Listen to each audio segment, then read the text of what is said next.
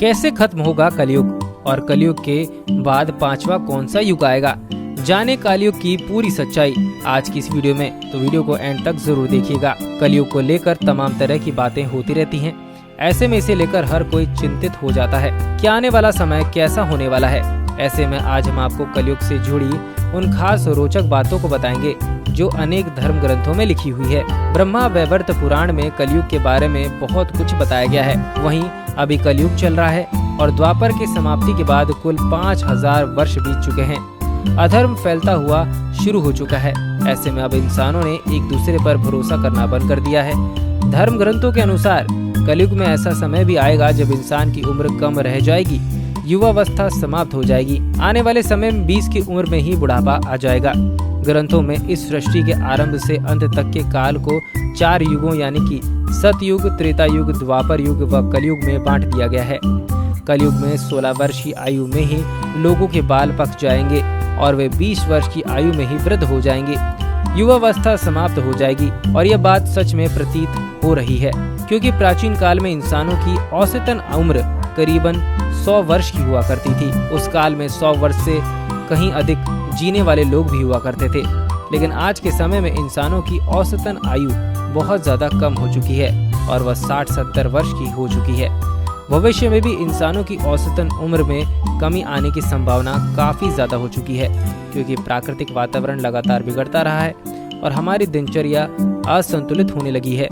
पुराने समय में लंबी उम्र के बाद ही बाल सफेद हुआ करते थे, लेकिन आज के समय में युवा अवस्था में ही स्त्री और पुरुष दोनों के बाल सफेद हो जाया करते हैं। जवानी के दिनों में बुढ़ापा आने के रोग होने लगते हैं।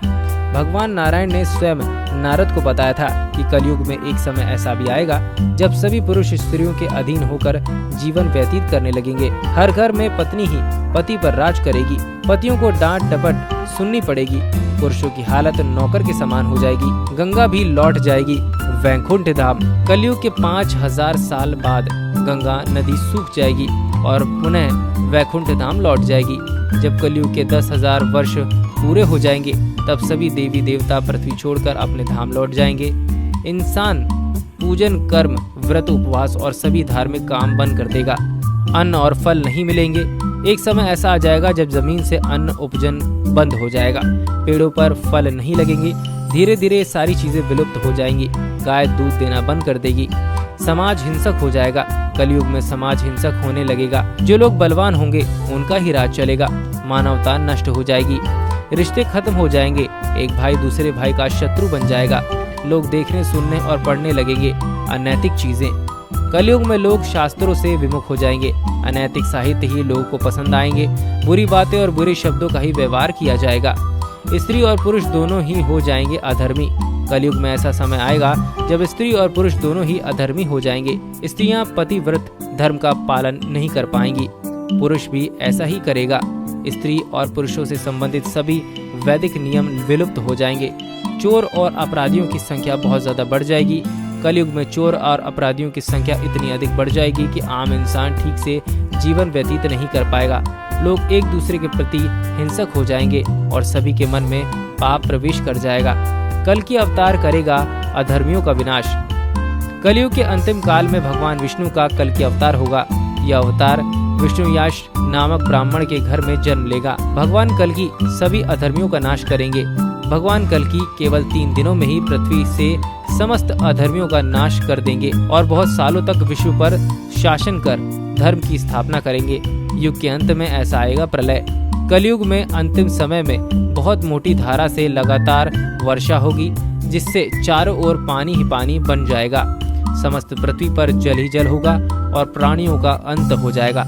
इसके बाद 1,17,000 वर्षों का संधि काल हो जाएगा और एक युग के अंत और दूसरे युग के प्रारंभ के बीच के समय को संधि काल कहते हैं। संधि काल के अंतिम चरण में एक साथ 12 सूर्य उदय होंगे और उनके तेज से पृथ्वी सूख जाएगी और पुनः सतयुग का आरंभ हो जाएगा। धर्म ग्रंथों के अनुसार जब जब धर्म की हानि होती है, ईश्वर अवतार लेकर अधर्म का अंत कर देते हैं। हिंदू धर्म में इस संदेश के साथ अलग अलग युगों में जगत को दुख और भय से मुक्त करने वाले ईश्वर के कई अवतारों के पौराणिक प्रसंग हैं।